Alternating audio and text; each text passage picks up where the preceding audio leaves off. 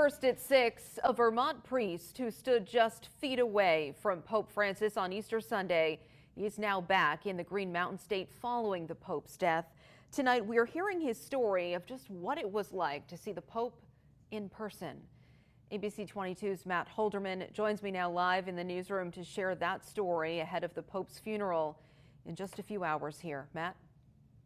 Lauren, yes. Well, Father Brian Cummins from the Society of St. Edmund at St. Michael's College just finished a year-long sabbatical in Rome this week, and he says the news of the Pope's death broke during his last full day abroad.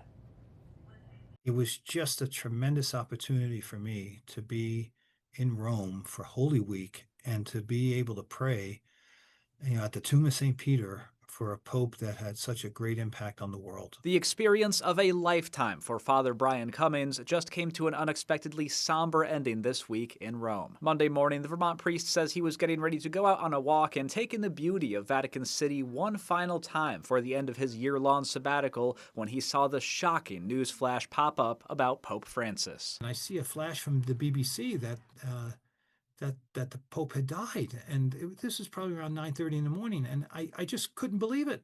In fact, I put it out onto our WhatsApp to my fellow priests in the program. I said, I just saw this report. Is this true? Has anyone else seen it? I put my collar on and went over to St. Peter's Basilica, and I celebrated Mass with a couple of hundred pilgrims that were there. And there's an electricity in this Jubilee year of hope, in the Basilica normally, and that was kind of missing. It was kind of subdued. It was kind of more reflective. The people were quieter. The news came as a particular surprise to Father Cummins because of what he had just witnessed the day before, a nearly front row seat to Pope Francis and one of his archbishops sharing the Easter blessing to the crowd in St. Peter's Square. On top of that, he stood just feet away from the Pope as he greeted the crowd on Palm Sunday. All of a sudden, the crowd sees him and it just erupts. I'm in the fourth row behind 3 rows of cardinals and archbishops and bishops, and so I've got the camera out and I'm taking pictures of him as he's going by. He's within 10 feet of me. I mean, that week, I think, took a lot out of him.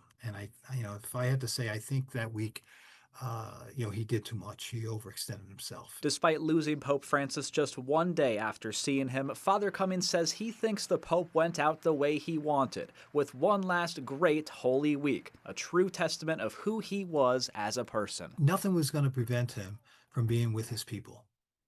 And if he was going to be Pope, he was going to be with his people if it killed him.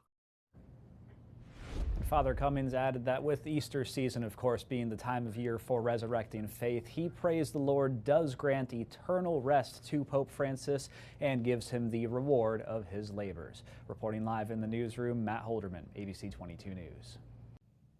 Those pictures really are incredible, Matt. Thank you. Coverage of the funeral starts at 3:30 tomorrow morning right here on ABC 22. The President and First Lady will be there. In fact, they just landed within the past hour, and a group of 10 bipartisan lawmakers are also attending the funeral.